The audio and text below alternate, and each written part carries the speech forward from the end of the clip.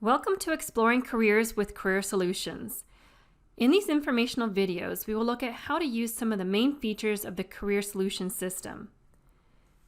This video accompanies Lesson 2 in the Facilitator's Guide and provides an overview of how to locate the work interests assessment and how to use the features within this tool. This is the Career Solutions site. Before beginning any activities, it's always a good idea to be sure you're signed in so that all results from the activities are saved within the system. To locate the work interests assessment, you just need to go to the Career Exploration section of the system.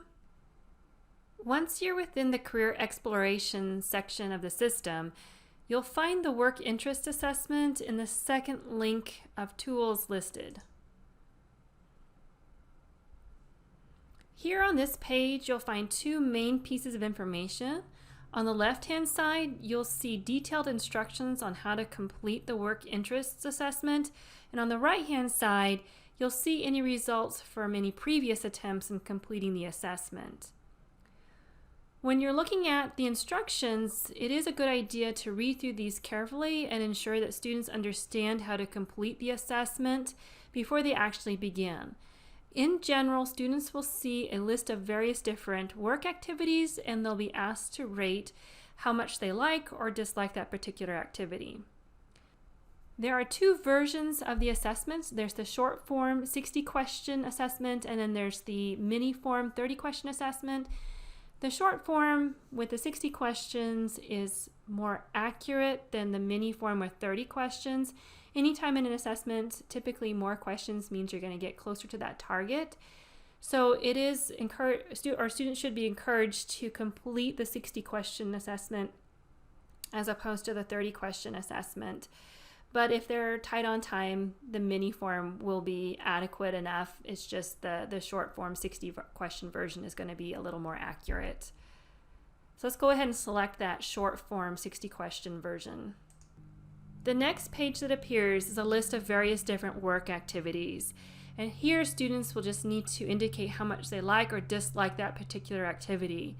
They'll be asked about 60 different types of activities because this is a 60-question version.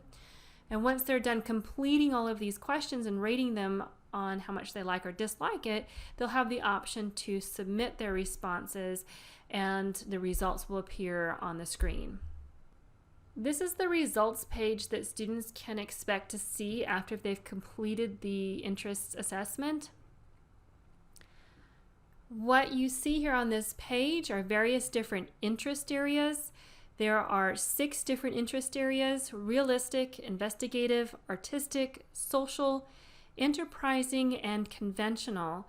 And their responses will be categorized into these various different areas. What students will need to look at are their top 2 or 3 interest areas. The results here on the screen indicate that for this particular individual, interests were high in the investigative area as well as the conventional area. To learn more about any of the interest areas, students can just click on any of the links within this interest area box, and it'll provide a brief summary of what that interest area means. So for the investigative area, this basically suggests that people with the investigative interests like work that has to do with ideas and thinking rather than physical activity or leading people. So these summaries can provide insight to various different types of work that students may like to do and where their interests really lie, and that can kind of direct them to particular types of work. Once students have had an opportunity to explore their top 2 or 3 interest areas, they can click Next.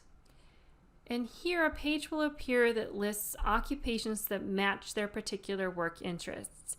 So you'll see a column here that is the correlation column, and that indicates particular occupations that have a strong correlation with their work interests.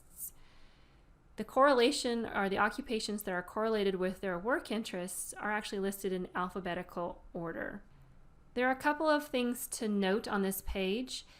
Next to each of the occupations, you may notice some symbols there, and each of these symbols have a particular meaning with regard to the occupation being a bright outlook or a green occupation. If you happen to see a yellow starburst, this means that it's a bright outlook on a national level. If you see a red starburst, this is a bright outlook on a statewide level. And then a little green leaf next to an occupation means that it's a green occupation. Something else to note on this page is there's also the ability to filter the occupations based on various criteria. You can choose an occupation group. So if a student is interested in occupations within a particular area, they can select an occupation group. There's also the ability to filter by education level, either high school level all the way up to a doctorate or professional degree. They can filter by their annual wage or hourly rate. And then they can also filter by job zone.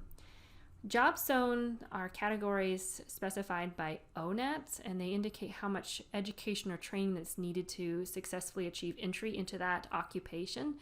So job zone 1 is the least amount of preparation, while job zone 5 would be the most amount of preparation.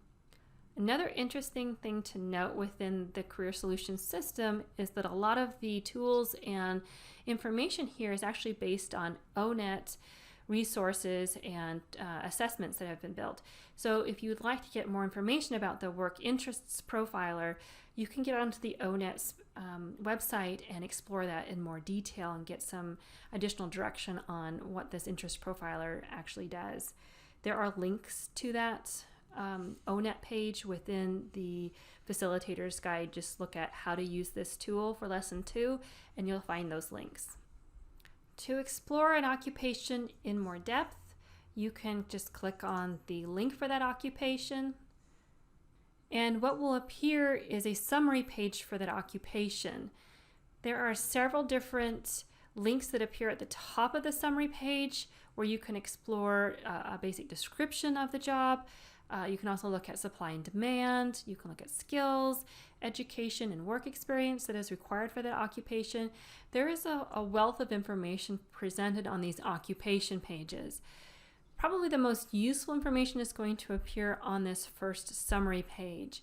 And this occupation summary actually does a nice job of really displaying in a very quick way where this occupation sits in terms of the labor market and the education that is required for that occupation. So for biostatisticians, the outlook looks fairly good. It's a growing occupation. Demand currently is relatively low. Supply is also low, and we see a shortage in biostatisticians.